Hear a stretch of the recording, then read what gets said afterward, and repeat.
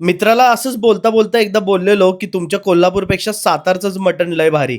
त्याचा त्या दिवशी फोन आला, म्हटला पुण्याला जायला निघालोय, 2 तासात सातारला तुझ्याकडे पोहोचतोय. मला एकदम भारी मटण खायला घाल. म्हटलं आपणच बनवलं पाहिजे. पण नंतर एक चॅलेंज होतं ते म्हणजे 2 तासात सगळे पदार्थ कसे बनवायचे. तर आपल्या सोबत एखादा चांगला पार्टनर असेल ना, तर अशा अवघड गोष्टी एकदम सिंपल होऊन जातात. मी मटण शिजत घातलं, थोडंसं मीठ, हळद टाकून आज पातेल्यातच शिजवूया म्हटलं, कारण की रिस्क कुठली घेऊ शकत नव्हतो. तर मस्त असं मटण शिजलं. नंतर एका कढईत पहिला सुक्कं करून घ्यायचं म्हटलं. त्यासाठी थोडासा कांदा, मीठ, हळद, बेडगी मिरची पावडर आणि आजचा माझा पार्टनर होता तो म्हणजे हा चवभारीचा कांदा लसूण मसाला आणि चवभारीचा मराठा मसाला.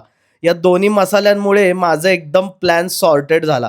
मला कुठलंच वाटण काय करायला लागलं नाही आणि चवीचं अजिबात टेन्शन नव्हतं. कारण की ह्यांच्या एकदम प्रूव्हन टेस्ट आहेत. झटपट होतात तयार सगळ्या डिशेस कितीही अवघड असू दे. आता तुम्ही हे मटणच बघा ना, किती बघता-बघता तयार पण झालं. अशाच पद्धतीने तांबडा रस्सा करून घ्यायचं म्हटलं. तांबड्या रस्स्यासाठी पण त्यांचा चवभारीचा कांदा लसूण मसाला आणि मराठा मसाला.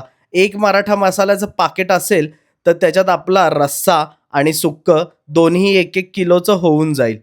नंतर थोडंसं अळणी करूया म्हटलं, कारण की त्यांच्याकडे तांबडा पांढरा असतो. सातारला पांढरा तर नसतो, पण हे अळणी असतो. अळणीसाठी आलं लसूणची पेस्ट, थोडंसं खोबरं, हळद आणि कोथिंबीर घेतली. त्यामध्ये थोडंसं मटणाचं अळणी ॲड केलं आणि अशा प्रकारे अळणी देखील तयार झालं.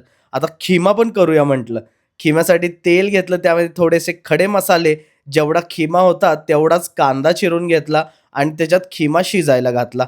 बाकी काहीच मसाले ॲड केले नाहीत. एकदा खिमा आणि कांदा छान शिजवून घेतलं, खिमा एकदम सॉफ्ट झाला, की मग म्हटलं मसाले ॲड करूयात. इथे बेडगी मिरची पावडर, हळद, चवभारीचा कांदा लसूण मसाला आणि छान सगळं मिक्स करून घेतलं. थोडंसं एक टँगी फ्लेवर यायला टोमॅटो ॲड केला आणि लास्टला चवभारीच्याच मराठा मसाल्याने फिनिश केलं. अशा पद्धतीने खिमा देखील झटपट तयार झाला. मित्रांनो 2 तासाच्या आत असलं अप्रतिम जेवण तयार झालं ना, एकच नंबर. तर तुम्ही देखील ट्राय करा हे चवभारीचे मसाले. 1 ऑगस्टपासून Blinkitवर पुणे, मुंबई